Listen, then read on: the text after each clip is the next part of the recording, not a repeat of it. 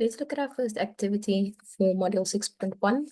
In this activity, we're going to work on page 246, and we're working with the WheeledMovement HTML file.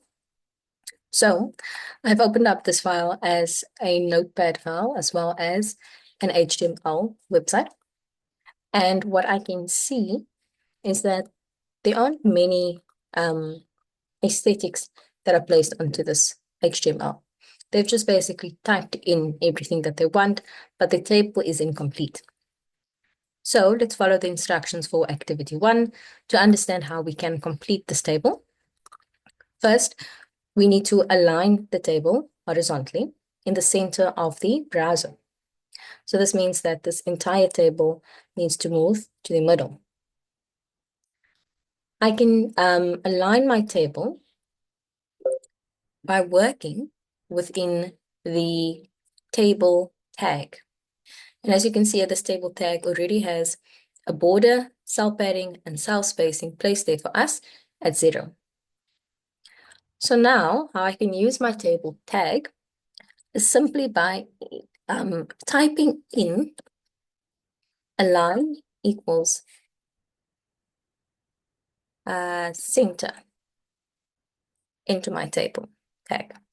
So when we add this into the table tag, it will then allow us to move the table to the middle, but only if we save it. So don't forget, after each code that you go and put in, to go and save your notepad and then refresh your HTML to make sure that it has worked, right?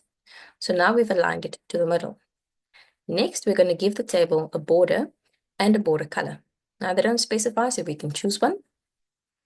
As you can see, the border option has already been placed for us within the table tag. Since the border is 0, I'm going to make it slightly bigger.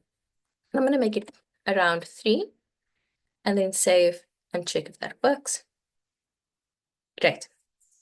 So now I can see exactly which part is my paragraph and which part is my table. Then I'm going to give the border cell padding and cell spacing. So we need to remember the difference between the two. Let's take a look at what happens when I increase the cell padding from 0 to 2.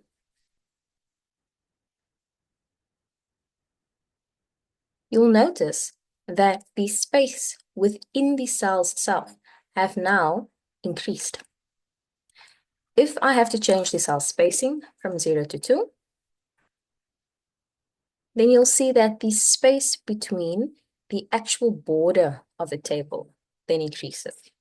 So this means that cell padding increases the space between our cells, whereas cell spacing increases the space between our different borders.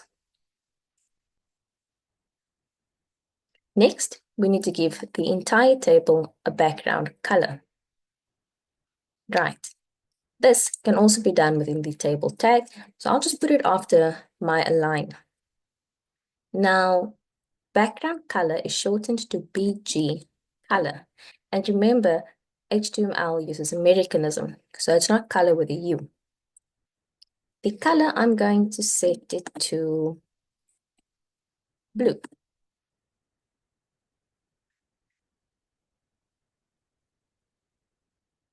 And then, lastly,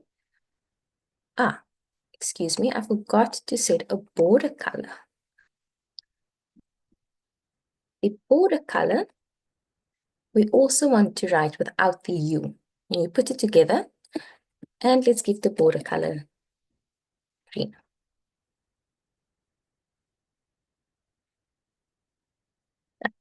Can't really see that, so I'm going to change it to something that pops out a little bit more. There we go. Great.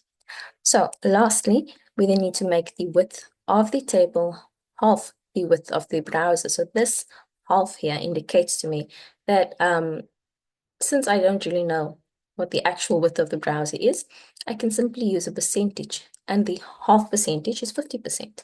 So my last little attribute that I'm going to add in my table tag is the width that is going to equal 50% of the browser. and we can just leave it like that, width equals 50%. And when we do this, we'll see that it increases just a little bit, so that the width of the border is exactly half the width of the web page. So if I now had to go and take the alignment away, just to double check that my width is correct. Let's see. Perfect. Exactly half of the browser. Just make sure that you go and change that back.